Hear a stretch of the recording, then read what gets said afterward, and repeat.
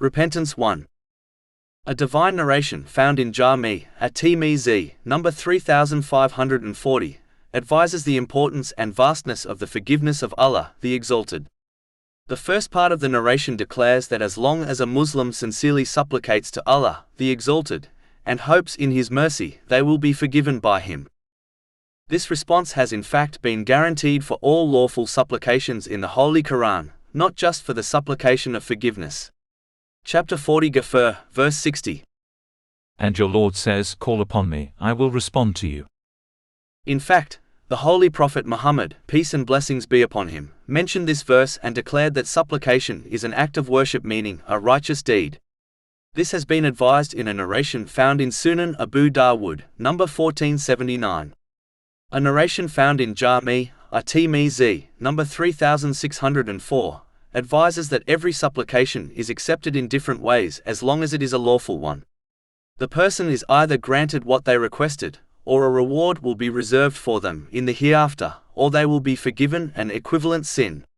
But it is important to note that in order to receive a positive response, a Muslim must fulfill the conditions and the etiquettes of the supplication. In respect to supplicating for forgiveness, this includes actively striving to avoid sins and sincerely obeying Allah, the Exalted, as it contradicts common sense to ask for forgiveness while persisting on sins. One of the greatest supplications a Muslim can make is for forgiveness, as it is a means for one obtaining blessings, avoiding difficulties in this world, and a means to obtaining paradise and escaping hell in the next world. Chapter 71 New, verses 10 to 12. And said, "Ask forgiveness of your Lord. Indeed, He is ever a perpetual forgiver. He will send rain from the sky upon you in continuing showers, and give you increase in wealth and children, and provide for you gardens and provide for you rivers." As indicated by the main narration under discussion, having hope in the infinite mercy of Allah, the Exalted, when supplicating, is a condition for forgiveness.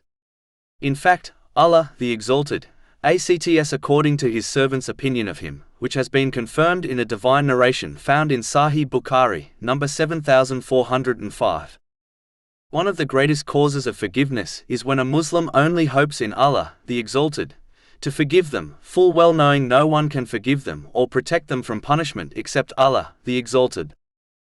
The next thing mentioned in the main narration under discussion is that no matter how many sins a person commits, the mercy and forgiveness of Allah, the Exalted, is greater. In fact, it is unlimited, therefore a person's limited sins will never be able to overcome it. It is why the Holy Prophet Muhammad, peace and blessings be upon him, advised Muslims to magnify what they supplicate for, as nothing is too great for Allah, the Exalted, to grant. This has been confirmed in a narration found in Sahih Muslim, number 6812. But it is important to note that using the fact that the forgiveness of Allah, the Exalted, is infinite as an excuse to persist in sins, is only mocking this important truth, and the one who behaves in such a manner may be deprived of His forgiveness. The next part of the main narration under discussion indicates the importance of sincerely seeking the forgiveness of Allah, the Exalted, which has been mentioned in many verses and other narrations. This act of seeking forgiveness is a part of sincere repentance. It can be understood that seeking forgiveness is an act of the tongue, while the rest of sincere repentance involves turning away from the sin through actions. Sincere repentance also includes feeling genuine remorse, making a firm promise not to commit the sin again, and making up for any rights which have been violated in respect to Allah, the Exalted, and people. It is important to note that not persisting on the same sin is a condition for the repentance to be accepted. Chapter 3 Ali Imran, verse 135. And those who, when they commit an immorality or wrong themselves by transgression, remember Allah and seek forgiveness for their sins, and who can forgive sins except Allah, and who do not persist in what they have done while they know. It is extremely important for a Muslim to be persistent in seeking forgiveness, as this leads to deliverance from every worry, a way out from every difficulty, and support from places where one would not expect. This has been advised in a narration found in Sunan Abu Dawud, number 1518.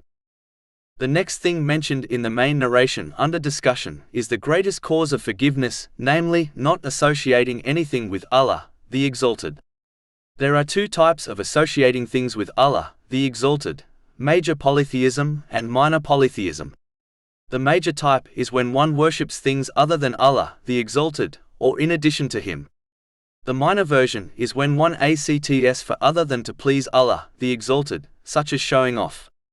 This has been warned in a narration found in Sunan Ibn Majah, number 3989. In fact, the one who acts for the sake of people will be told by Allah, the Exalted, on Judgment Day to seek their reward from those they acted for, which will not be possible. This is confirmed in a narration found in Jami' at-Tirmizi, number 3154. The one who acts in this way will find that they will eventually be exposed in this world, and no matter how well they treat others, they will never gain their real love or respect because of their bad intention. This has been indicated in a narration found in Sahih Muslim, number 6705. When one realizes the oneness of Allah, the Exalted, they only intend, think, act and speak for the pleasure of Allah, the Exalted, out of fear and love for Him. This behavior minimizes the chances of committing sins, and whatever sins do occur, will be forgiven by Allah, the Exalted. It is the reason why the Holy Prophet Muhammad, peace and blessings be upon him, declared in a narration found in Sunan Ibn Majah, number 3797, that the statement that there is none worthy of worship except Allah, the Exalted, removes all wrong actions. This is the behavior all Muslims must strive to adopt. The foundation of it is gaining and acting on the teachings of the Holy Quran and the traditions of the Holy Prophet Muhammad, peace and blessings be upon him. This will ensure one uses the blessings they have been granted in ways pleased to Allah, the Exalted. This will minimize one's sins, and always encourage them towards sincere repentance whenever they happen to sin. This leads to forgiveness, peace and success in both worlds. Chapter 16 An-Nahl, verse 97. Whoever does righteousness, whether male or female, while he is a believer, we will surely cause him to live a good life, and we will surely give them their reward in the hereafter according to the best of what they used to do.